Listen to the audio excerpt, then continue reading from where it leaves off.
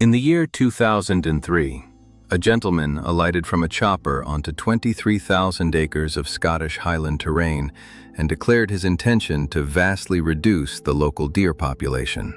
Not for consumption, not to auction the tracking privileges, but simply to clear them out. Adjacent estate holders labeled him a fool. The tracking business, which had been billing patrons £4,000 a week to pursue those very animals, had harsher names for him. And they possessed a valid argument, since the individual making this declaration possessed zero experience in ecology, held no academic credentials in environmental preservation, and shared no ancestral ties to this terrain or any comparable terrain. He had dedicated his entire professional life to vending ready-to-assemble furnishings. What he did possess was £50 million, recollections of Southern Africa, and one solitary query that nobody within the Scottish Highlands elite was prepared to voice publicly. Why, in a nation experiencing some of the most abundant precipitation in Europe, on Earth that nurtured woodlands for 8,000 years, why cannot a solitary sapling endure in this place?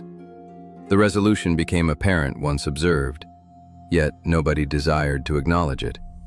Currently, at Alladale Wilderness Reserve, situated in Sutherland, over 1 million indigenous saplings are flourishing on Earth that remained desolate heathland 20 years prior. The streams flow more purely than any living person has witnessed. Creatures missing from the territory for decades have returned, and no individual intentionally brought a single one back. They discovered their own path. Yet before I unveil the resolution, there remains a dilemma resting at the core of this entire situation that has divided Scotland for 20 years. Should wolves exist in this location? The Scottish Highlands never always appeared this barren. They were shaped this way, and achieving this state required 4 centuries. Agrarian practices of the Middle Ages alongside nautical construction depleted the lower slopes initially. Subsequently arrived the highland clearances during the 18th century, when property owners expelled entire agricultural settlements to provide space for livestock. Hamlets that had stewarded the environment for centuries were vacated within a single generation. The ancestral wisdom of the locale, determining which timber to shield, which brooks to preserve, which earth to leave undisturbed, departed alongside the departing inhabitants. Aristocratic sportsmen from the Victorian era completed the task. They realized that vacant highlands constituted flawless sporting grounds. Red deer ceased being untamed beasts. They became merchandise. Estates vied for the greatest deer tallies. Natural controllers, wolves eradicated by the mid-1700s, and lynx vanished even previously, had already been eliminated. Without their presence, deer groups performed what groups consistently perform lacking natural constraints. They expanded and expanded and expanded. By the moment Lister appeared, Scotland harbored an estimated 750,000 red deer, representing the highest concentration in Europe. And here lies the pivotal element explaining why no person had rectified this previously. Massive deer figures never posed an issue for the individuals holding the property. They constituted the commercial framework. An estate holding 2,000 deer held more value to a tracking patron than an estate harboring 200. Every financial motivation directed toward additional deer, consistently additional deer.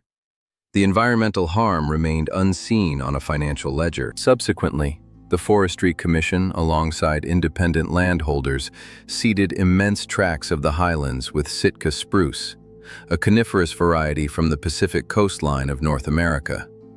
It expanded rapidly. It could be gathered in 30 years. Furthermore, it constituted an environmental catastrophe. A Sitka grove turns the underlying earth acidic, obstructs illumination entirely, and sustains virtually zero indigenous fauna. It visually resembles a wood. It operates like a paved lot. What Lister purchased in 2003 represented the ultimate consequence of 400 years of methodical choices, every single one logical during its specific time frame. Every single one stripping away another stratum. The deer existed everywhere. The earth remained compromised. The standing timber consisted of the incorrect varieties, and the framework governing the property possessed every motivation to preserve it exactly as it remained. The terrain remained far from perished, yet it had been suppressed for such an extended period that hardly anyone imagined it could recover. Paul Lister never acted as an environmental scientist. He was the offspring of Noel Lister, co-founder of MFI, a British furnishings merchant appraised at beyond £1 billion during its zenith. When his parents became gravely unwell, a shift occurred. He stepped away from the furnishings trade, obtained an inheritance of £50 million, and commenced posing a distinct query. He had journeyed throughout southern Africa. He had witnessed pristine natural networks, the manner in which wolves molded the routines of their targets, which molded the flora, which molded the waterways, which molded everything further down. He journeyed back to the highlands and noticed the void. The issue was not that the timber had vanished. The issue remained that the prerequisites for timber to endure had been annihilated. And the most pressing prerequisite remained this: there existed vastly excessive numbers of deer. Each spring, thousands of Scots pine and birch seeds sprouted across Alladale's slopes. Within days of breaching the topsoil, a red deer consumes them. This routine had been transpiring every consecutive year for 3 centuries. Eliminate the deer, and the young plants persist. Persisting young plants transform into ground layer. Ground layer secures the earth. Secure earth purifies the waterways. And purified waterways begin reconstructing everything further down. That comprised the entire hypothesis. Almost remarkably straightforward. One does not commence by scattering seeds. One commences by eliminating the element preventing forests from materializing. In 2003, Alladale sustained roughly 2,000 red deer across 23,000 acres. Lister's crew initiated a continuous population management effort directed by expert trackers upon the grounds. The harvested resources proceeded directly to the manor kitchen, presented during every dining occasion within the residence. Alladale intended to nourish its visitors upon the precise creatures that had been obstructing the woodland from materializing. The response proved antagonistic and instantaneous. Estate administrators who had dedicated lifetimes preserving deer figures felt their proficiency disregarded by a merchant of closets. The excursion coordinators who managed tracking periods at Alladale forfeited their agreements instantaneously. Then the situation deteriorated. Alladale's borders never consisted of solid barriers. Deer from adjacent lands, sustained at Victorian concentrations, ambled without restriction across the territory. Shrink the population at Alladale, and within a single cycle, the neighboring deer replenished the void. The strain resumed. The young plants became consumed. Nothing altered.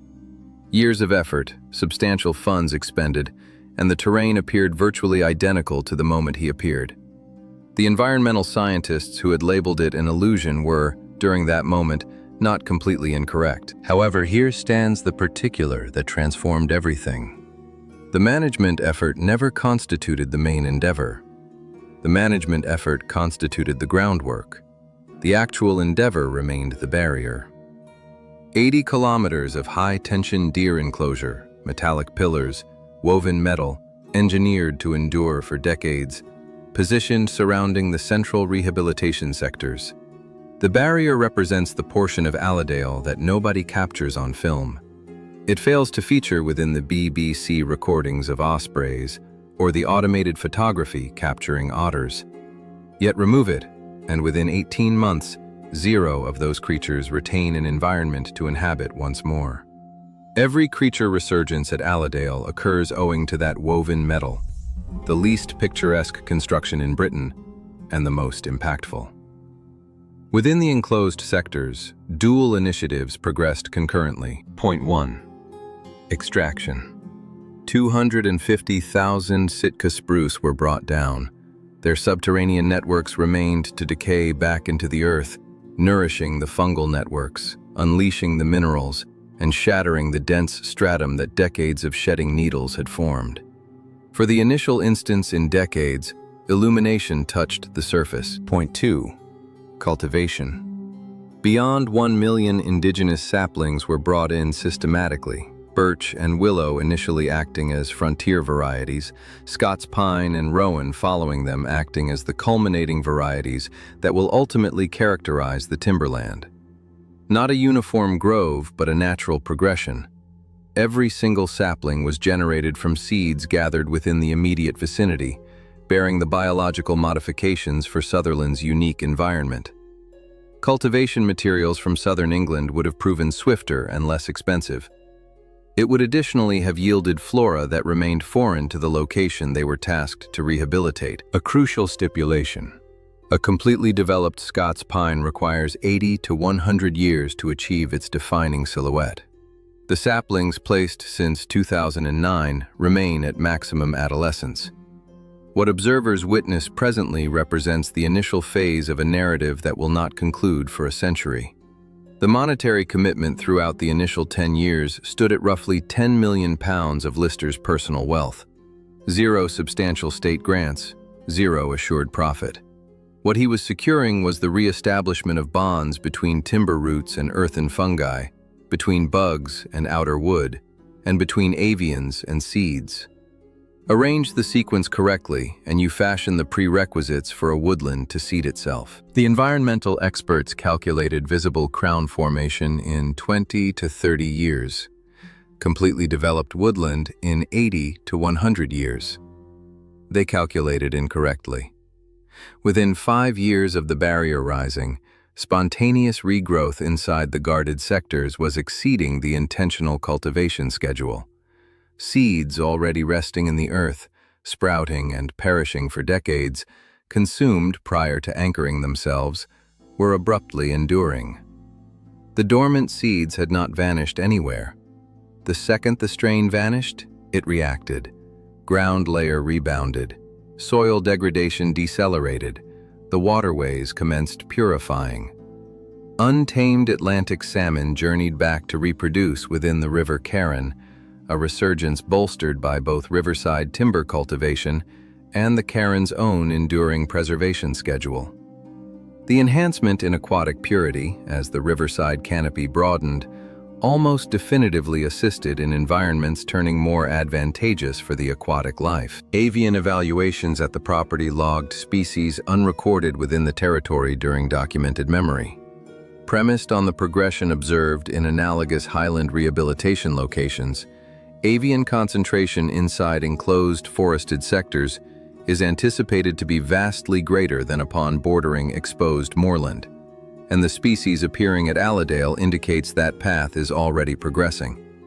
Crossbills materialized, consuming pine cones. Ospreys commenced roosting. Black grouse returned to the forested perimeter.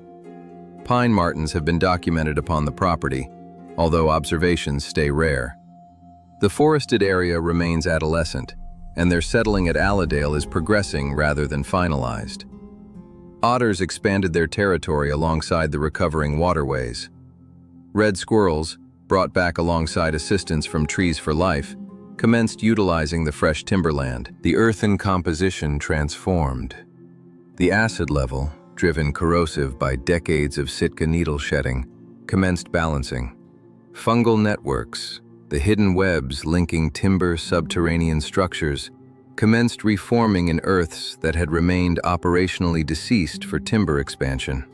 The network had never forgotten its operational methods. It had merely been restrained from executing them. The timber never simply returned shade. The timber returned the vital chemistry, and the vital chemistry returned everything subsequent. Innes McNeill initially arrived at Alladale in 1991. Operating as a deer tracker. His duty entailed controlling the population, trailing the creatures, and preserving the figures that validated the property's revenue. When Lister appeared in 2003 and declared that the deer constituted the dilemma, McNeill constituted one of the individuals who had dedicated his profession ensuring there remained an abundance of them. Presently, he serves as Alladale's sanctuary supervisor, traversing the identical earth, interpreting the identical climate, yet observing for pine martens upon the automated photography, osprey movements upon the water body, and the aquatic purity within the river Carron following intense precipitation. Identical person, identical terrain, completely distinct objective. Position yourself at any elevated spot on Alladale presently, and that boundary remains evident from kilometers in the distance. Exposed slope on one flank, brown, uniform, the identical consistency it has possessed for 200 years. Interlocking branches at various elevations on the reverse, the vertical stacking that environmental scientists utilize as shorthand for biological intricacy. The debate regarding what deer concentration inflicts upon a terrain can be comprehended simply by positioning oneself in a single spot and glancing left, subsequently right. Timber cover has escalated from 5% to 15% of the property, with the upward trend continuously ascending. Beyond 1 million indigenous saplings rooted in the earth, untamed salmon within the river Carron, otters verified, red squirrels anchored. The property presently profits from nature tourism, academic alliances, and ecological lodging, no longer reliant upon preserving massive deer figures to operate. And subsequently exists the wolf dilemma, which declines to vanish. Lister has advocated for authorization to reintroduce wolves into an enclosed sector at Alladale since the mid-2000s. His justification remains logistical. The barrier demands funds to upkeep, necessitates personnel, and might be penetrated. Wolves would perform the identical task persistently without charge. The Scottish administration has stated negative, and the rationales remain more intricate than agricultural opposition. Scotland's Land Reform Act of 2003 grants every resident the lawful entitlement to traverse all terrain within the nation. A barrier substantial enough to restrict wolves would obstruct that entitlement for a massive portion of Highland scenery. The Ramblers Association alongside the Mountaineering Council have both contested the strategy. It remains not merely agricultural workers obstructing the wolf, it involves trekkers. During a civic speech to the National Farmers Union, Scotland's then agricultural commerce official declared that wolf reintroduction would transpire over their lifeless form. The Scottish administration's official stance, validated in a 2025 Freedom of Information disclosure, maintains that there remain zero intentions to reintroduce wolves or any alternative massive predator. Zero wolves at Alladale, not currently. The barrier maintains the boundary that wolves would maintain organically at a vastly elevated expense and vastly diminished grace. Alladale remains no longer solitary. Cairngorms Connect is managing rehabilitation across 200,000 hectares, representing one of the grandest nature restoration endeavors in Europe. Trees for Life has seeded millions of indigenous saplings throughout the Northwest Highlands. The Scottish administration has pivoted its terrain management philosophy toward indigenous timberland and bogland rehabilitation. And Lister's personal organization, the European Nature Trust, the philanthropic body he founded during the year 2000, 3 years preceding the acquisition of Alladale, operates intentionally so the endeavor persists beyond him. Tent operates as an establishment holding a committee and objective that persist autonomously of any solitary proprietor. The timberland represents a 100-year endeavor. The lawful framework stands prepared for it to persist. Here lies the awkward component. Alladale succeeded because Paul Lister possessed £50 million and managed to sustain deficits for 10 years lacking repercussions. The agriculturalists and smallholders who supervise the majority of the adjacent terrain lack that alternative. The takeaways remain valid. The circumstances beneath which they were produced fail to represent, independently, a governmental strategy. Travel 30 minutes from Alladale in any heading, and 95% of the Scottish Highlands appears exactly as it appeared when Lister appeared. Earth-toned slopes stretch toward the skyline. Massive deer concentration. 4-sided clusters of Sitka spruce, shadowed and physically lifeless. They remain trapped within a financial rationale that proved logical in 1880 and has never been profoundly reconsidered since. The barrier at Alladale fails to represent merely a physical border. It represents a border separating two distinct concepts regarding what terrain exists for. The Caledonian Forest never vanished because the earth repelled it. It vanished because every system that would have permitted it to endure was eliminated, a single choice at a time, every single one regionally logical, the resulting destruction unseen until it remained virtually absolute. What Alladale demonstrated remains that the terrain had not lost its memory. The seeds rested within the topsoil. The fungal networks remained inactive. The salmon remained anticipating for the aquatic channels to purify. The network never perished. It remained forcefully subdued. Periodically, rehabilitating a scenery requires zero fresh engineering or fresh biology. Periodically, it requires extracting whatever you positioned there, withdrawing, and allowing the rationale of the location to reestablish itself. The timberland understood its own operations. It simply required an individual to step aside.